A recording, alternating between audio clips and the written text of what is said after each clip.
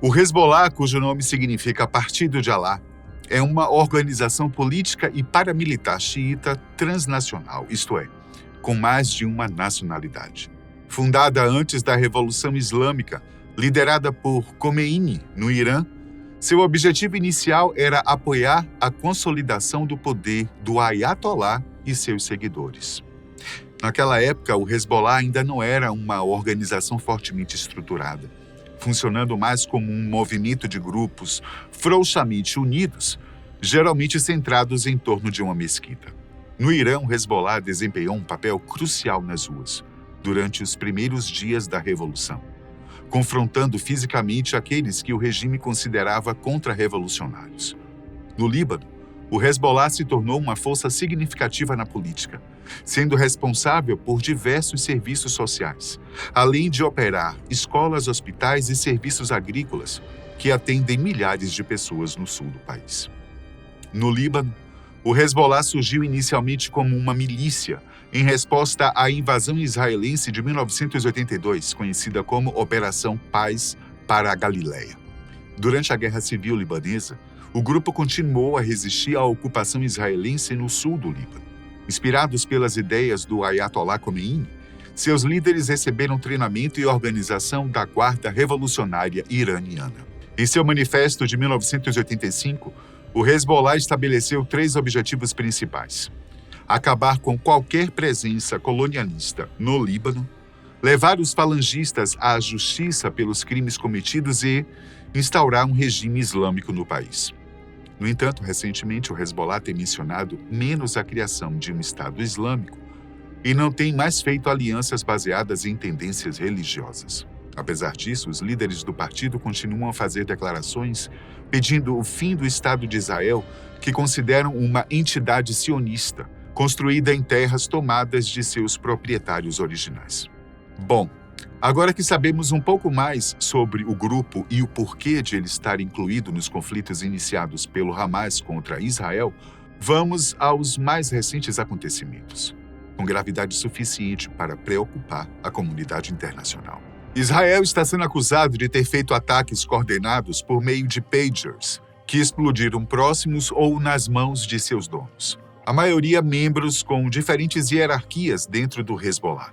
Mas além deles, o Líbano alega que civis também foram atingidos, resultando em milhares de feridos e também mortes.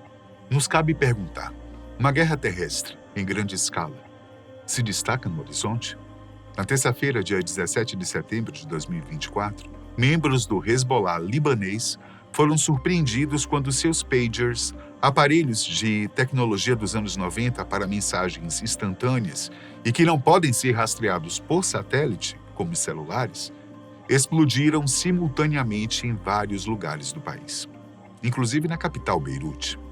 Isso começou por volta das 15h45 da tarde, horário local. As testemunhas relataram ter observado fumaça saindo dos bolsos das pessoas antes de ouvirem pequenas explosões que lembravam fogos de artifício e tiros. A coisa foi se tornando mais séria à medida que os hospitais de várias cidades passaram a receber mais e mais pessoas feridas. Pelo menos 8 pessoas perderam a vida nos primeiros instantes, segundo o porta-voz do governo, e mais de 2.000 ficaram feridas com as explosões. As mortes e os feridos foram confirmados pelo Ministério da Saúde do Líbano, enquanto o Hezbollah, que também tem apoio irrestrito do Irã, iniciou no mesmo dia a investigação da causa das explosões. Mas eles já tinham suas desconfianças. Relatos indicam que membros do grupo, que é considerado uma organização terrorista pelo Reino Unido, Estados Unidos e vários outros países, estão entre os gravemente feridos e também fatalmente feridos. Há inclusive filhos de membros do partido do Hezbollah na lista das vítimas fatais. Ao todo, no primeiro dia, foram contabilizadas 12 mortes.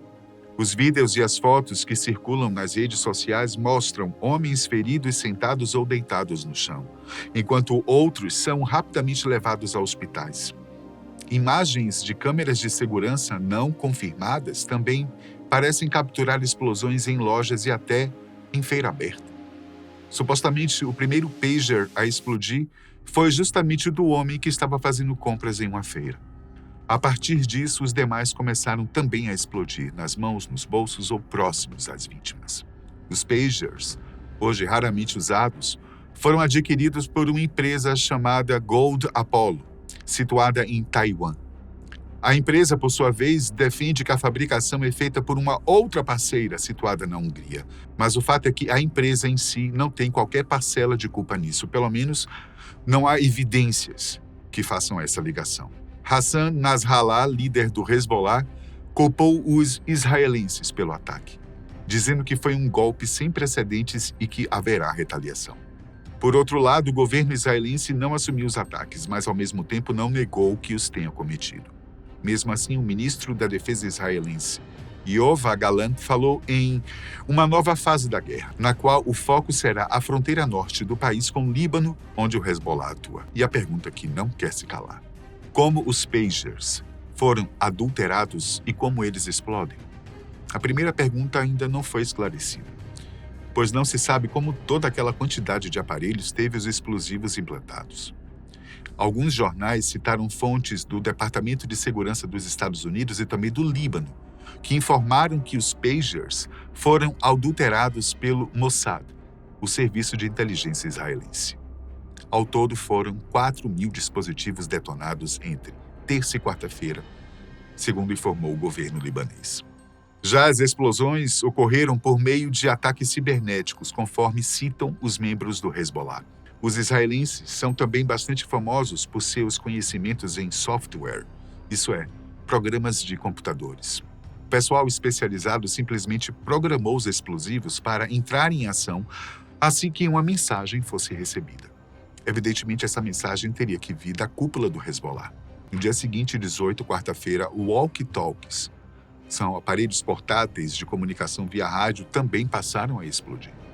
Segundo informações locais, esse novo ataque resultou em 20 mortos e pelo menos 450 feridos. Atualizações nos números dão conta que, ao todo, esse ataque cibernético vitimou 38 pessoas, entre membros do partido e também civis, e centenas delas encontram-se em estado crítico nos hospitais. Você acha que o Líbano e Irã ficarão calados diante disso? Eu acho improvável que fique. Então, como é que será daqui em diante? O climão gerado pelas explosões dos dispositivos pessoais, e não só por isso, mas também pelo ataque de mísseis anteriormente feito por Israel ao sul do Líbano, não deixa outra panorâmica a não ser a da expansão do campo do conflito. Isto é, isso poderá envolver mais do que o Hezbollah. Não podemos deixar de lado os exércitos do Líbano e também do Irã, que são tão bem preparados quanto os israelenses. A maior vantagem de Israel é não estar sozinho nessa empreitada bélica, porque, além de tudo, conta com o apoio do mais bem equipado poderio militar do mundo, vaga que pertence aos Estados Unidos. E, claro, há ainda os aliados dos norte-americanos, como o Reino Unido, que também não possui boas relações com os muçulmanos radicalistas. Não há como negar que Netanyahu, o primeiro-ministro de Israel, conta integralmente com esse apoio. Para começar, na questão da segurança e da defesa, já que os Estados Unidos são o maior fornecedor de ajuda militar e econômica de Israel. Essa parceria garante acesso a tecnologias de defesa avançadas e sistemas de armamento como o Domo de Ferro, que protege Israel de ataques com foguetes. Sem esse apoio, Israel poderia enfrentar dificuldades para manter o mesmo nível de defesa, especialmente contra ameaças de grupos como o Hamas e o Hezbollah, bem como países adversários como Irã e Síria. Em termos de relações com outros países ocidentais, Israel depende amplamente do apoio diplomático dos americanos em fóruns internacionais como a ONU, por exemplo.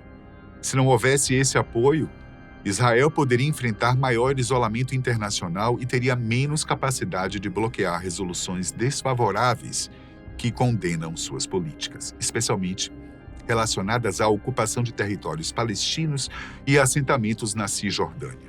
A ajuda econômica dos Estados Unidos e o acesso ao mercado norte-americano são cruciais para Israel. Sem essas parcerias, Israel poderia ter que buscar novos aliados econômicos e fontes de investimento, o que poderia enfraquecer sua economia no curto prazo. Regionalmente, as coisas seriam muito diferentes para Israel. É bem provável que o país teria que adotar uma postura diferente com relação aos seus vizinhos. Poderia haver uma pressão maior para buscar acordos regionais e soluções diplomáticas para seus conflitos, como os que envolvem a Palestina, a fim de evitar isolamento total. Além disso, o equilíbrio de poder na região poderia se inclinar mais em favor de potências adversárias como o Irã. Muitos especialistas concordam que, territorialmente, Israel não teria o que tem desde sua proclamação como Estado independente. E é essa terra, inclusive, um dos principais vetores para os conflitos que ocorrem naquela região há séculos. Tel Aviv poderia até estar localizada onde hoje se encontra, mas os judeus teriam um território muito menor para chamar de seu. Embora Israel seja uma das economias mais avançadas em termos de tecnologia, a cooperação com os Estados Unidos, especialmente em áreas como inovação, cibersegurança e pesquisa científica, é crucial para a sua competitividade global. A perda desse apoio poderia desacelerar o desenvolvimento tecnológico de Israel. Mas, mesmo com essas limitações potenciais, o país tem uma força militar significativa e uma economia robusta, o que poderia permitir alguma autonomia. No entanto, para que houvesse um mínimo de paz, o país precisaria redefinir suas alianças e estratégias de longo prazo, especialmente com seus vizinhos, o que não teria sido nada fácil. Acredite.